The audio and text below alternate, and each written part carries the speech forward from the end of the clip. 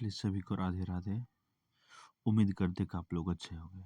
आज हम लोग फिर से आपके सामने बिहार एक परिचय पुस्तक का ऑब्जेक्टिव बुक लेकर आ रहे हैं और आज की क्लास में मुख्य रूप से हम लोग देखेंगे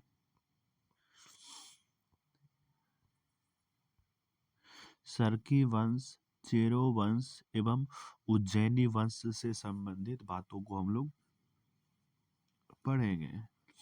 चलिए शुरू करते हैं। अगर आप अभी तक मेरे चैनल को सब्सक्राइब नहीं किए तो सब्सक्राइब कर लीजिए। तो शुरू किया जाता है आज।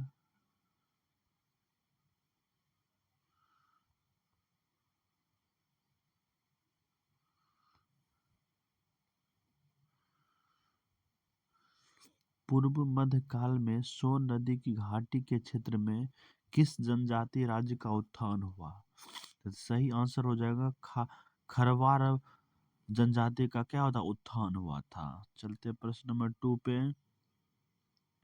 पाल सत्ता के पतन काल में मध्य बिहार में किस जनजाति ने अपना राज्य गठित किया? तो सही आंसर हो जाएगा आपका भार जनजाति ने राज्य गठन किया। भार। चलते प्रश्न नंबर 3 पे। 12वीं शताब्दी में पश्चिम बिहार, शाहाबाद, चंपारण, सारण और मुजफ्फरपुर में कौन सा राज्य संगठित हुआ? तो सही आंसर आपका हो जाएगा चेरो राज्य। चलते प्रश्न नंबर 4 पे। बिहार में जौनपुर के सरकी के प्रभाव की शुरुआत हुआ था। जौनपुर के सरकी के प्रभाव जो शुरुआत होता 1501 में, 1399 में, 1416 में या 1339 में। तो सही आंसर आपका हो जाएगा 4 का सी। सही आंसर 1394 ईस्वी में। चलते प्रश्न नंबर 5 पे।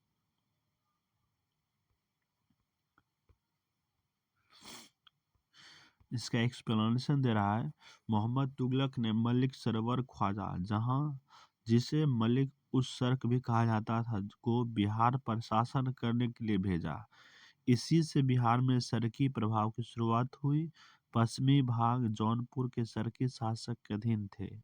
उसने दक्षिणी बिहार और तिरहुत पर अधिकार कर शासन किया। चलते प्रश्न नंबर 5 पे।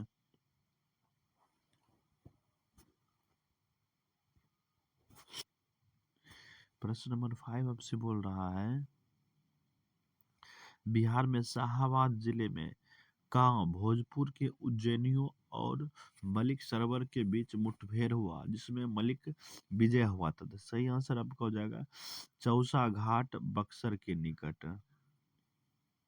चलते प्रश्न नंबर 5 का एक्सप्लेनेशन देखते हैं। पहले बुद्ध युद्ध में उज्जैनी सरदार हरराज विजयी हुआ, लेकिन बाद में उज्जैनियों में पराजित हुए थे। बाद में ये पराजित खुद हो गया था। चलते प्रश्न नंबर 6 पे। चेरो के शाहाबाद में 4 राज स्थापित किए, जिसमें घुघुलिया नामक चेरो सरदार का मुख्यालय था। तो घुघुलिया नामक चेरो सरदार का मुख्यालय बिहिया में था। चलते प्रश्न नंबर 7 पे। किस चेर राजा की पत्नी गुम्बीमती की एकमात्र चेरो रानी होने का गौरव प्राप्त हुआ था? सही आंसर हो जाएगा फूलचंद को। फूलचंद को हुआ था गौरव प्राप्त मात्र चेरो की पत्नी होने का। 8 नंबर। संभवतः अंतिम चेर राजा था। संभवतः अंतिम चेर राजा कौन था? तो सही आंसर आपका हो जाएगा चूड़ामन राय। अंतिम चेर राजा चूड़ामन राय को कहा जाता है। एक्सप्लेनेशन दे रहा है। चेरो जनजातीय वंश का एक अन्य राजा सरदार थे। घुघुलिया, रामचंद्र राय, सालबहीम, चैनपुर, फूलचंद, बाघमल, सीताराम राय, मेदिनी राय, ये सब क्या थे? चेरो जनजाति के राजा थे। चलते प्रश्न नंबर 9 पे। उज्जैनियों का किससे युद्ध सदियों तक चला था? उज्जैनियों का जो युद्ध चला था वो सदियों तक चेरों के साथ चला था। उज्जैनियों और चेरों का युद्ध सदियों तक चला था। इसका एक्सप्लेनेशन दे रहा है। उज्जैनी राजपूत राजवंश था जिसका बिहार के शाहाबाद, भोजपुर, डुमराव, बक्सर एवं जगदीशपुर में शासन था। चलते प्रश्न नंबर 10 पे। उज्जैनियों ने राजा गजपति के नेतृत्व में शेरशाह सूरी का साथ किस युद्ध में दिया था? शेरशाह सूरी के साथ उज्जैनियों ने था किस युद्ध में? सूरजगढ़ युद्ध में दिया था। चलते प्रश्न नंबर 11 पे। चेरो राज्य का संघर्ष कितने मुस्लिम राजवंशों के साथ हुआ था? सही आंसर आपका हो जाएगा पहला के साथ हुआ, तुगलक के साथ। 6 राजवंश जो संघर्ष तुगलक के साथ होता है, सूर्यवंश के साथ होता है, फिर मुगल के साथ होता है, ठीक ना। 3 वंश केवल 1, 4 और 5 के साथ। चलते हैं नेक्स्ट प्रश्न पे। द- दल दलपत शाही का संबंध किस राज्य से था? तो दलपत शाही का जो संबंध था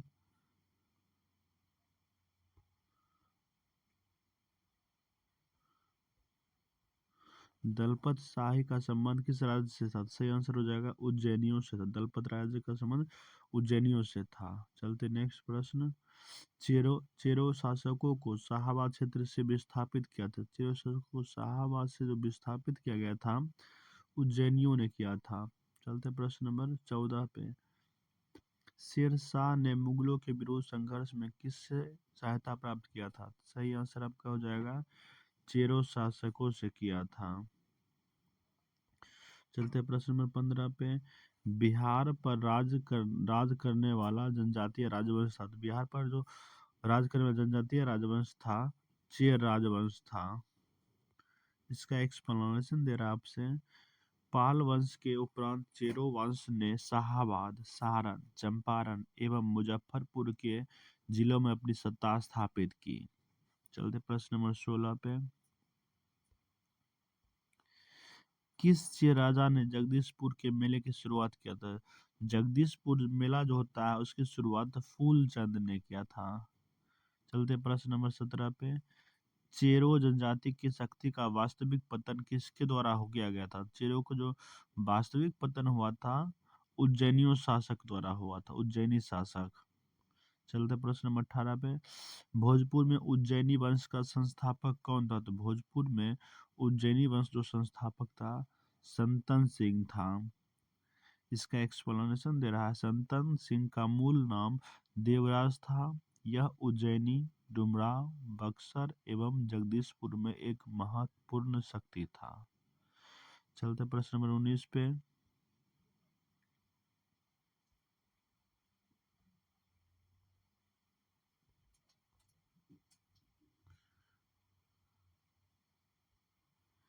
भोजपुर के उज्जैनी शासक की राजधानी रही थी। तो उज्जैनी शासक जो राजधानी था तीनों जगह था, ढाबा में भी, बिहटा में भी, बक्सर में भी। चलते हैं इसका एक्सप्लेनेशन। उज्जैनी शासक ओकोर देव ने अपनी राजधानी बिहटा में स्थानांतरित किया था। चलते प्रश्न नंबर 20 पे। भोजपुर के उज्जैनी शासक निम्न में से कौन नहीं था? तो उज्जैनी शासक बाघमल नहीं था, बाकी बात तीनों था। बाघमल नहीं था ये, बाकी बात तीनों था। संग्राम देव था, राजा नारायण था और राजा राम शाही था। चलते हैं इस एक्सप्लेनेशन पे। संग्राम देव बड़ा शक्तिशाली था। वह 12 वर्षों तक छापामार युद्ध करता रहा। सरकी शासक इब्राहिम शाह की मृत्यु के बाद भोजपुर को जीत लिया और शासन केंद्र बनाया। चलते प्रश्न नंबर 21 पे। चांद और चांद और मुंड जो चंडेश्वरी एवं मुंडेश्वरी नामक मंदिरों से जुड़े हैं यह संबंधित है। चंडेश्वरी और मुंडेश्वरी का संबंध किससे है? तो सही आंसर जगह शाहाबाद के चेरों से है, शाहाबाद के चेरों से। इसका एक्सप्लेनेशन दे रहा है। चैनपुर के चेरो सरदार बाघमल के दो बड़े बेटे चंड और मुंड के साथ चंडेश्वरी और मुंडेश्वरी मंदिर लोक कथाएं जुड़ी हुई है। चंड मुंड की कथा जो आप लोग सुनते होंगे इसी चेर शासकों से संबंधित है। चलते हैं नेक्स्ट टॉपिक पे। अब है लोधी वंश के समय बिहार। लोधी वंश के समय बिहार की स्थिति कैसी थी, उससे संबंधित हम लोग प्रश्न देखेंगे। पहला, लोधी वंश से संबंधित औसत्य कथन की पहचान करना, मतलब गलत कौन सा है। सही आंसर आपका हो जाएगा, पहले देख लेते हैं स्टेटमेंट कौन कौन सा है।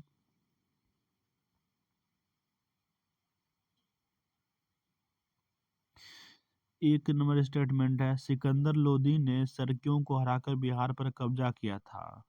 बी है, सिकंदर लोधी ने दरिया खान लोहानी को बिहार का शासन सौंपा। सी है, इब्राहिम लोधी के समय बिहार का गवर्नर दरिया खान ने सल्तनत के प्रति ईमानदार रहा और पूरी सल्तनत को अधीनता में रहा।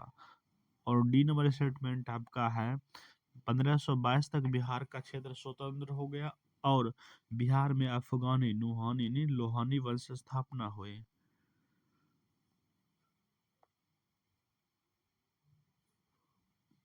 और ई नंबर स्टेटमेंट आपका, सिकंदर लोधी ने बिहार में सैन्य अभियान कर मुंगेर तक अपना राज विस्तार किया।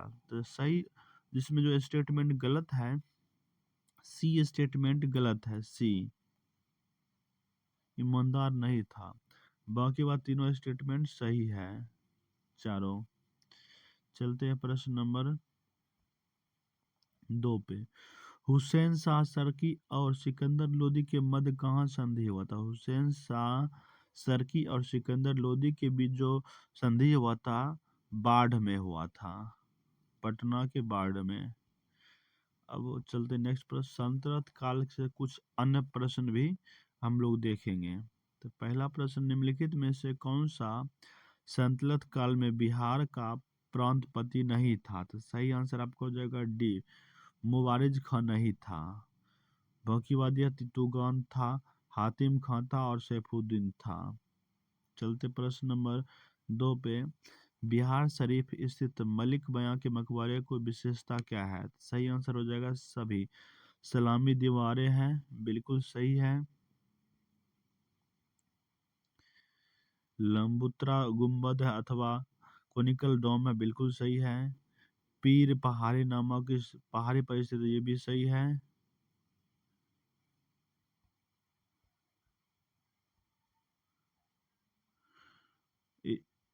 लगभग 56 से 48 मीटर एक बड़े घेरे में स्थित मकबरा है, लगभग 14.5 मीटर एक वर्गाकार संरचना में। तो सभी के सभी स्टेटमेंट क्या सही है। चलते प्रश्न नंबर 3 पे, 14वीं शताब्दी के संत हजरत सिविस्तानी की कब्र कहाँ स्थित है? सही आंसर हो जाएगा बिहार शरीफ में, बिहार शरीफ में। चलते नेक्स्ट प्रश्न पे, 15 बिहार में कहाँ 15वीं शताब्दी का शाह नफा का मकबरा है? शाह नफा का मकबरा स्थित है मुंगेर में। शाह नफा का मकबरा बंगाल कला शैली में निर्मित है, जो सुल्तान अलाउद्दीन हुसैन शाह के शासन काल में बना था। चलते प्रश्न नंबर नेक्स्ट,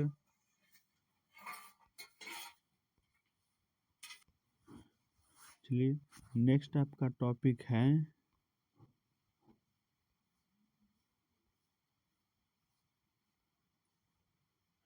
बिहार में नुहानियों का उदय, अफगान राज एवं शेरशाह सूरी। शेरशाह सूरी से संबंधित प्रश्न बिहार में बहुत पूछा जाता है, उसी टॉपिक से हम लोग करेंगे। चलिए शुरू किया जाए। पहला ही प्रश्न आपसे पूछा गया है, बिहार में नुहानियों के उदय से संबंधित कौन सा कथन सत्य है? तो आपको सत्य कथन ढूंढना है। पहला है, दरिया खान नुहानी का नाम दो शिलालेख से मिलता है, बिहार शरीफ और हिल्सा से। ऑप्शन बी है, लोदियों के शासनकाल में बिहार में नुहानी का राजनीतिक उदय हुआ। और सी है, बिहार में नुहानियों की सत्ता 1495 से 96 से प्रारंभ हुआ, जो 1530 में समाप्त हुआ। ऑप्शन डी है सभी सही। आंसर हो जाएगा सभी सभी क्या है, सही है।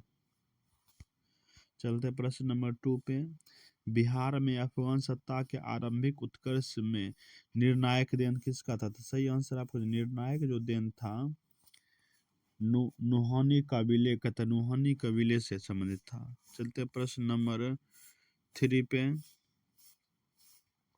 सिकंदर लोदी ने 1495 से 96 में किसे बिहार का प्रभारी नियुक्त किया था? तो सही आंसर हो जाएगा आपका दरिया खान नुहानी को नियुक्त किया था। चलते एक्सप्लेनेशन पे। हुसैन शाह सरकी को पराजित कर इसे बिहार का प्रभारी बनाया गया था। चलते प्रश्न नंबर 4 पे। बिहार में नुहानी राज का संस्थापक था। तो बिहार में नुहानी का जो संस्थापक माना जाता है मोहम्मद शाह नुहानी को ही माना जाता है। एक्सप्लेनेशन देखते हैं। मोहम्मद खान लोहानी का असली नाम बहार खान था। इसने दिल्ली सल्तनत से अपनी स्वतंत्रता घोषित कर दी और उत्तर बिहार का क्षेत्र सारण इत्यादि एक अन्य अफगानी नुसरत खान बंगाल के अधीन था। चलते प्रश्न नंबर 5 पे। मोहम्मद लोदी को विस्थापित कर बाबर ने किसे बिहार का प्रशासक नियुक्त किया था? सही आंसर आपका हो जाएगा ऑप्शन बी जलाल खां को। चलते प्रश्न नंबर इसका एक्सप्लेनेशन। मोहम्मद शाह नुहानी का पुत्र जलाल खान कौन था? मोहम्मद शाह नुहानी का पुत्र था। चलते प्रश्न नंबर 6 पे। सूर वंश की स्थापना की। सूर वंश की स्थापना किसने की? सूर वंश की स्थापना शेर शाह ने किया। सूर वंश की स्थापना शेर शाह ने किया। इसका एक्सप्लेनेशन। शेर शाह के बचपन का या मूल नाम फरीद खान था। शेर शाह के बचपन का नाम फरीद खान था। चलते प्रश्न नंबर 7 पे। शेर शाह को शेर खां की उपाधि दिया था। शेर शाह को शेर खां की उपाधि किसने दिया था? सही आंसर हो जाएगा मोहम्मद खान नुहानी ने दिया था। एक्सप्लेनेशन देखते हैं। शेर मारने के उपलक्ष्य में उसे शेर खां को उपाधि दी गई थी। चलते प्रश्न नंबर नेक्स्ट पे।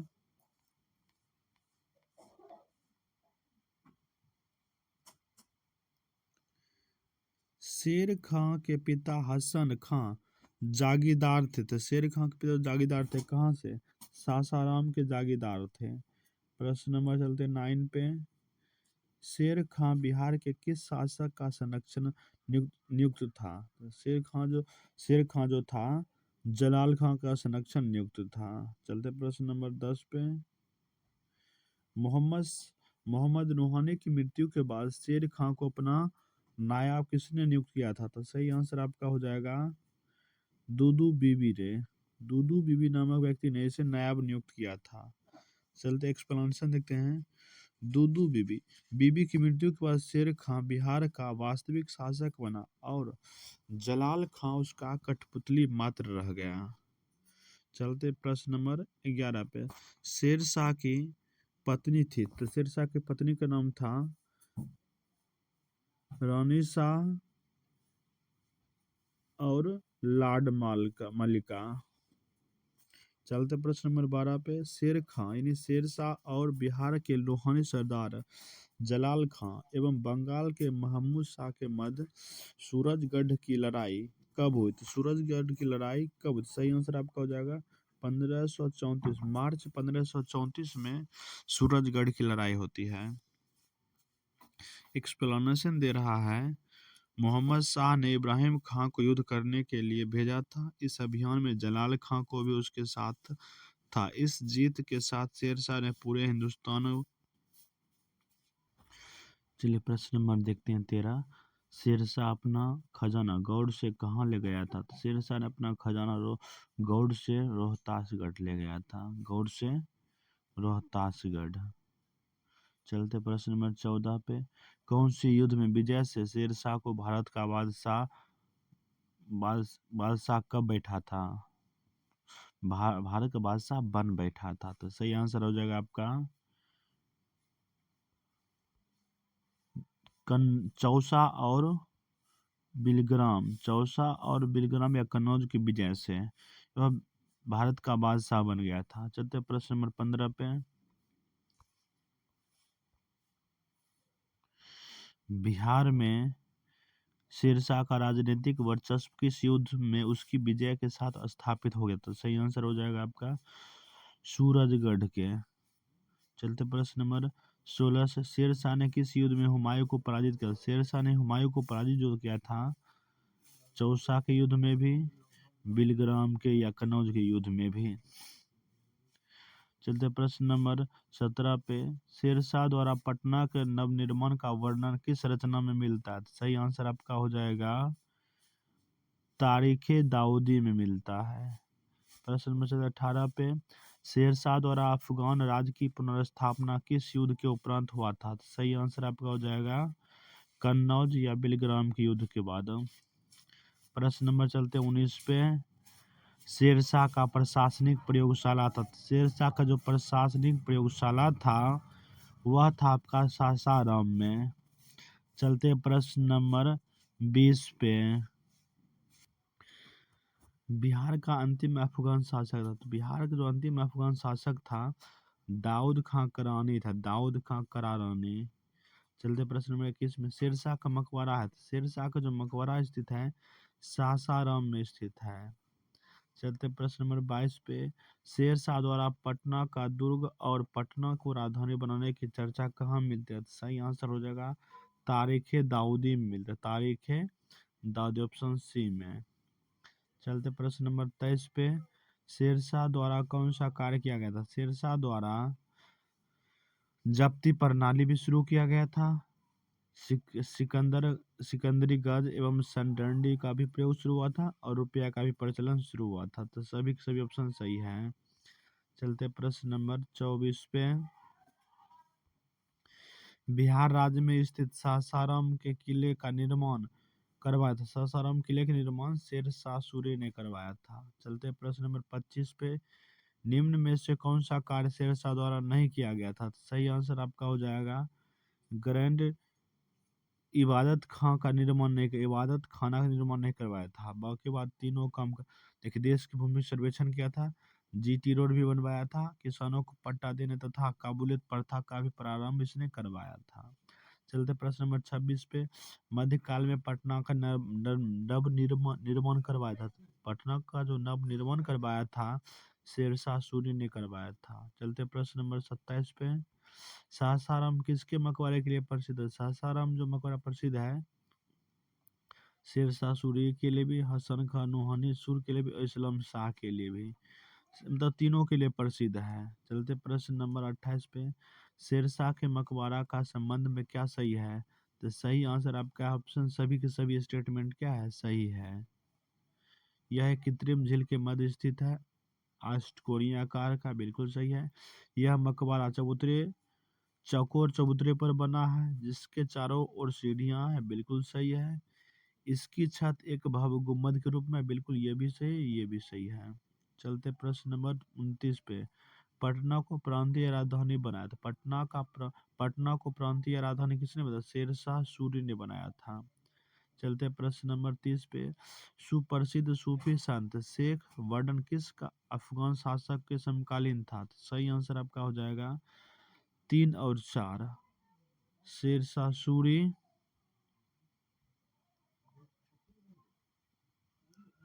उसके बाद इस्लाम शाह। चलते प्रश्न नंबर 30 पे, 31, अष्टकोणीय मकबराओं की श्रृंखला में अंतिम मकबरा कौन सा था? सही आंसर हो जाए, अंतिम जो मकबरा है इस्लाम शाह का है। चलते प्रश्न नंबर 32 पे, शेरशाह के अधीन बिहार में कितनी सरकारें या परमंडल थे? तो शेरशाह के अधीन बिहार में कुल 7 परमंडल था। चलते प्रश्न नंबर 33 पे, शेरशाह द्वारा पटना किले और नगर को बनाने में कितना व्यय हुआ था? तो सही आंसर आपका हो जाएगा 5 लाख। चलते प्रश्न नंबर 34 पे, 1529 में किसने दक्षिण बिहार पर आक्रमण किया लेकिन शेर खां के द्वारा परास्त हो गया? तो सही आंसर आपका हो जाएगा नुसरत शाह।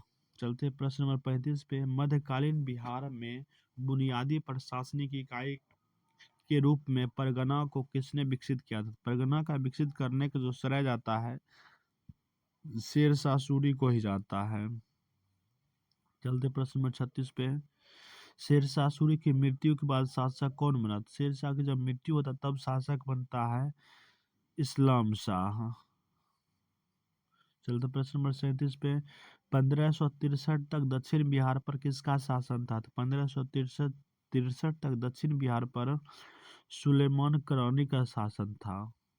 चलते प्रश्न नंबर 38 पे, शेरशाह के प्रशासन से संबंधित सत्य कथन चयन कीजिए। तो सत्य कथन आपका सभी क्या सत्य कथन है। मुंगेर और भागलपुर को बंगाल से अलग कर दिया गया, तो बिल्कुल सही है। तिरहुत को बिहार का हिस्सा बना दिया गया, बिल्कुल सही है।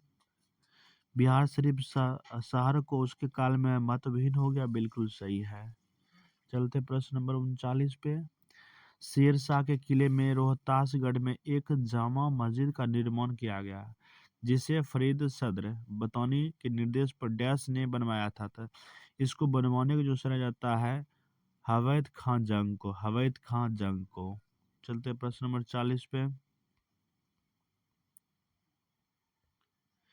शेरशाह द्वारा पटना में निर्मित शेरशाही मस्जिद का निर्माण काल क्या था। निर्माण काल उसका हो जाएगा 1540 से 1545। चलते प्रश्न नंबर 41 पे, सासाराम के चेनारी में कैमूर श्रृंखला की पहाड़ी पर स्थित शेरगढ़ के किले का निर्माण किसने करवाया था। शेरगढ़ किले का निर्माण जो करवाया था शेरशाह ने करवाया था।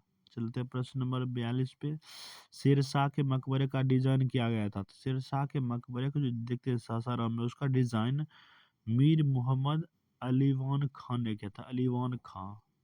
चलते प्रश्न नंबर 43, बिहार के किस प्रतिष्ठित संत को शेरशाह काफी सम्मान देता था। तो सही आंसर आपका हो जाएगा शेख बर्ड को। चलते प्रश्न नंबर 44, आज की क्लास का ये अंतिम प्रश्न है। अभी तक आप मेरे चैनल को सब्सक्राइब नहीं किए तो कृपया सब्सक्राइब कर लीजिए। शेरशाह सूरी का मकबरा कहाँ स्थित है। शेरशाह सूरी का मकबरा जो स्थित है सासाराम में स्थित है। यह प्रश्न आपको बिहार पुलिस में भी पूछ दिया था। तो हम लोग अब नेक्स्ट क्लास में देखेंगे मुगल कालीन बिहार। मुगल कालीन बिहार से संबंधित प्रश्नों को हम लोग नेक्स्ट क्लास में देखेंगे। चलिए सभी का धन्यवाद।